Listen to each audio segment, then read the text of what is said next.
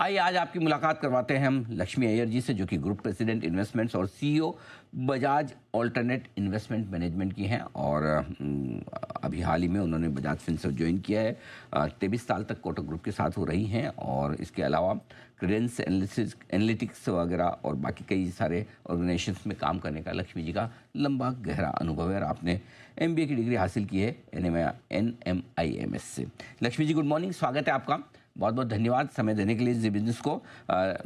सबसे पहले बाजार के मूड माहौल से ही शुरुआत करते हैं। थोड़े अब जान में जान लौटी है, ऐसा तो लग रहा है। क्या लग रहा है, क्या वर्स्ट इज बिहाइंड अस, ये मान सकते हैं या खतरे टले नहीं है? Good morning Anil ji. Definitely आज का माहौल काफ़ी सुधरा हुआ लग रहा है। ये पिछले कुछ हफ्तों से ही थोड़े थोड़े हमको लग रहे थे कि जो काले घने बादल थे वो एक ब्राइट सनशाइन का अंदाजा दिखला रही है। तो हमें ऐसे लग रहा है कि जो काफी सारी जो नेगेटिव चीजें एक के बाद जो बाजार को थप्पड़ लगे जा रहा था, तो जैसे सोनाक्षी सिन्हा ने दबंग में कहा था कि थप्पड़ से अब डर नहीं लगता है, प्यार से लगता है। तो अब लगता है थोड़ा प्यार से पुचकारने का मौका आ गया है।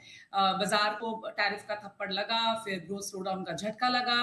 काफी सारी चीजों में ऐसी एक चीज आती जा रही है कि जो इंक्रीमेंटली जो दबाव ग्लोबल विश्व भर में हम यही देखे जा रहे थे कि एक डाइवर्जेंट मूवमेंट दिख रहा था कि यूएस के मार्केट में लगातार आपको चढ़ाई दिखाई दे रही थी और इंडिया जो है पूरे विश्व भर में अगर आप देखोगे तो सबसे वर्स्ट परफॉर्मर रहा है ईयर टू डेट तक।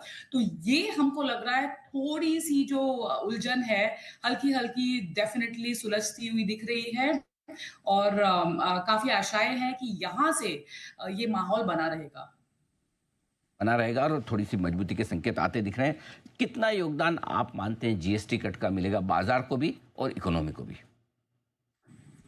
काफी हद तक हमें लगता है कि ये जो स्ट्रॉन्ग एक कड़ी है, जो जोड़ने वाली कड़ी है, वो काफी जीएसटी के जो रैशनलाइजेशन का जो है वो रोल निभा रही है।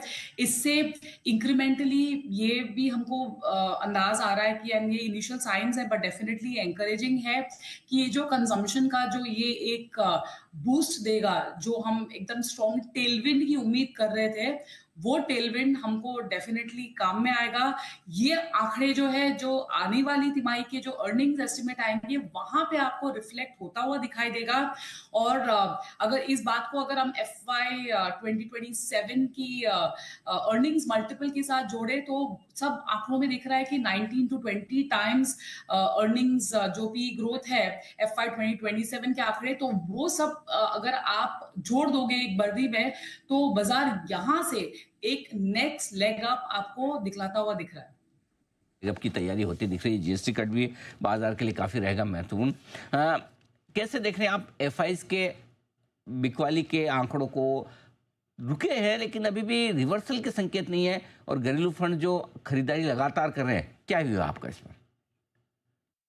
देखिए अनिल जी, 2025 खत्म नहीं हुआ है अभी और 4-5 महीना बाकी है, इनफैक्ट 3 महीना बाकी है। अगर आप देखोगे तो 2022 में जो बिकवाली करी थी विदेशी निवेशकों ने, वो नंबर पार कर चुके हैं। 1,55,000 करोड़ की बिकवाली उन्होंने अब तक करी हुई है नेट सेल्स इक्विटी बाजार में। पर DII जैसे हम बोलते हैं डोमेस्टिक इंस्टीट्यूशनल इन्वेस्टर्स, पहली बार जो होल्डिंग्स की अगर हम बात करें इंडियन इक्विटीज की, पहली बार वो FPI को पछाड़ चुके हैं in terms of total holdings. तो उस हिसाब से FPI की जो होल्डिंग है हमारे बाजार में वो ऑल टाइम लो पर है, 13-14 साल के लो पर है। ये चीज हमको लगती है कि रिवर्सल एक कस्प पे है। आपने जैसे ठीक फरमाया कि क्या पिछले महीने उन्होंने ऑलमोस्ट 40,000 करोड़ की बिकवाली करी है। यहाँ पे अभी तक महीना खत्म होने के लिए अभी 10-12 दिन बाकी है, लेकिन वो आधा नंबर भी नहीं पहुंचे हैं। तो इससे एक लक्षण हमको साफ दिखाई दे रहा है कि इनकी जो इंक्रीमेंटल जो बिकवाली है वो थोड़ी कम हो चुकी है। अब इसको शायद मॉर्फ करते हुए टाइम लगेगा, लेकिन जो नंबर जो आंकड़े इनको दिखाई देंगे शायद वो अगर मजबूती से आने लग गए तो थोड़ा ये है वहां से एक टॉप अप मिल जाएगा।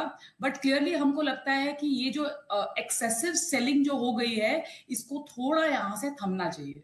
ओके, बिल्कुल थोड़ी बिकवाली थमनी चाहिए, ये अच्छी बात है। अब आइए थोड़ी बात ग्लोबल मार्केट से भी की जाए। क्या लगता है कि ग्लोबल मार्केट से भी सपोर्ट मिलेगा या वहाँ पर खतरे बढ़ रहे हैं? देखिए, रेट कट का डिसीजन हमको आज रात को पता चल जाएगा। अगर आप फेड फंड फ्यूचर्स की अगर आप प्राइसिंग की देखो तो रेट कट आज तो डेफिनेटली 25 बेसिस पॉइंट का रेट कट गिवन है। क्या थोड़ा बजूका मिलेगा वो तो टाइम ही बताएगा। बट अगर आप फेड फंड फ्यूचर्स देखेंगे तो 2 रेट कट ऑलरेडी प्राइस्ड इन है और 2026 के 3 रेट कट की उम्मीद दिखाई दे रही है। तो वहां पे भी जैसे रेट कट आता जाएगा, यहाँ पे हमको एक जीएसटी का प्रोत्साहन मिलेगा। तो ये सारी चीजों को जो हम जोड़ेंगे तो ग्लोबली भी हमारे लिए, हमारे देश के लिए जो टेल विंड्स है वो बढ़ते जा रहे हैं। हमें ये लगता है कि यूएस के डेटा को हम टोटली नजरअंदाज नहीं कर सकते, क्योंकि हर एक पॉकेट्स में चाहे वो हाउसिंग डेटा हो, चाहे वो स्टूडेंट लोन हो, हर जगह में आपको थोड़ी सी नमी दिखाई दे रही है। और वो नमी को अगर आपको कट निपिन दबाड़ करना है तो रेट कट बहुत ही जरूरी है, जो आपको आज एक मिलेगा। हालांकि ये डविश रेट कट होगा कि नहीं, ये बाजार की उम्मीद टिकी रहेगी कि क्या ये अकंपनिंग स्टेटमेंट दर्शाता है कि और रेट कट आएंगे। हमारे हिसाब से ये आज की तारीख में डविश रेट कट हो सकता है। ओके, लक्ष्मी जी, हमारे यहाँ रेट कट की क्या सिचुएशन, क्या इस पॉलिसी में, अगली पॉलिसी में जो आएगी, क्या आपको लगता है हमारे यहाँ भी होना चाहिए? और हमारे डेट मार्केट पर इस वक्त निवेश के लिहाज से आपका क्या व्यू है? देखिए, हमारे यहाँ पे ऑलरेडी काफी front loading of rate cut हो चुका है। तो आने वाले महीने में अगर रेट कट ना भी हो तो भी ये जो कंजम्पशन के लिए जो जीएसटी का बूस्ट मिला है वो अब के लिए काफी होगा। बॉन्ड मार्केट में रेट कट से ज्यादा सप्लाई से ज्यादा उनको परेशानी हो रही है। तो जो सेकेंड हाफ का जो बोरिंग कैलेंडर आएगा आरबीआई द्वारा, वहां से हमको थोड़ा अंदाजा मिलेगा कि जो लंबे एंड को, जो 30 साल 25 साल का जो बॉन्ड का सप्लाई है, अगर आरबीआई थोड़ा उसमें कटौती लाता है तो थोड़ी राहत आ सकती है बॉन्ड डील्स में। नहीं तो एक रेंज बाउंड मूवमेंट 640, अभी तो 6.5 के आसपास है, 640 645 के आसपास जा सकता है और ऊपर में 5 बेसिस पॉइंट ऊपर जा सकता है। तो एक रेंज बाउंड मूवमेंट रहेगा अगले 2-3 हफ्ते तक, जब तक हमको क्लैरिटी ना आ जाए आरबीआई क्या कहना चाहता है। क्या लगता है आपको, गोल्ड और सिल्वर का जो ड्रीम रन चल रहा है और आगे बढ़ेगा? जी बिल्कुल, सीक्वल की बारी आ गई है। स्टूडेंट ऑफ द ईयर 1 2 3 की बारी आ गई है। गोल्ड एकदम मजबूती से चल रहा है और उसके कारण तो हम सभी जानते हैं, तो वो नहीं बताऊंगी। बट ये कहना काफी है कि गोल्ड के इंपोर्ट इंडिया में कम हो रहे हैं, क्योंकि जब दाम बढ़ते हैं तो स्क्रैप सेल्स बढ़ जाता है। पर ये सिर्फ रिटेल निवेशकों का खरीदारी नहीं है, ये विश्व भर के जो सेंट्रल बैंक्स है वो गोल्ड की खरीदारी कर रहे हैं। और ये हमें लगता है ये मजबूत आंकड़ा चलता रहेगा। तो गोल्ड में अभी भी तेजी बाकी है। गोल्ड में अभी भी तेजी बाकी है, लेकिन बाजार में आप कह रहे हैं कि धीमे धीमे मजबूती का जो रुझान बन रहा है, कहाँ निवेश करना चाहिए? कहाँ आपको लगता है कौन से सेक्टर्स जोश में रह सकते हैं, कंजम्पशन से जुड़े हुए या टेरिफ से जुड़े हुए? कंजम्पशन, देखिए, एक्सटर्नल सेक्टर में अभी भी हमारा पूरा भरोसा नहीं है। तो डेफिनेटली इनवर्ट, जैसे मैंने आपको पिछली बारी भी बताया था, इंटरनल कंजम्पशन फेसिंग सेक्टर्स में हमारा रुझान ज्यादा रहेगा।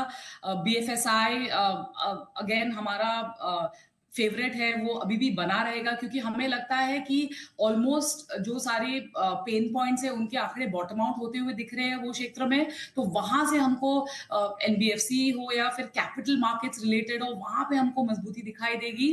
और मार्केट कैप सेगमेंट में large cap versus mid and small cap, हमारा रुझान मिड और स्मॉल कैप की तरफ ज्यादा रहेगा, क्योंकि वहां पे भी जो ऑपरेटिंग लेवरेज जो किक इन हो रहा है वो हमको इंसिपिएंट साइंस दिखाने शुरू कर दिए। तो वहां पे हम डेफिनेटली थोड़ा ओवरवेट रहेंगे। तो आप ये कह रहे हैं कि अभी भी एक्सटर्नल सेक्टर पे भरोसा नहीं है? आपको भरोसा नहीं ट्रम्प पे? इतना तो प्यार से बातें कर रहे हैं आजकल, तो देखो फोन भी करते हैं, बधाइयां भी देते हैं, दोस्त भी बना रहे हैं। आप कब भरोसा करेंगे फिर?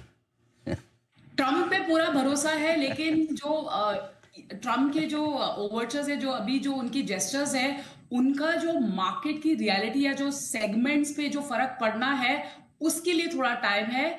इसीलिए हम कह रहे हैं जो इनवर्ड फेसिंग सेक्टर्स है वहां पे इन्वेस्टर्स का रुझान ज्यादा रह सकता है। बिल्कुल ठीक बात है, फेयर इनफ। अभी भी थोड़ा ग्लोबल सेक्टर्स जो हैं उन पे थोड़ा सावधान रहे। जब अच्छे सेक्टर्स हैं भारतीय इकोनॉमी से जुड़े हुए तो फिर वहाँ क्यों दिमाग लगाना? बिल्कुल ठीक बात है। बहुत बहुत धन्यवाद आपका लक्ष्मी जी, समय देने के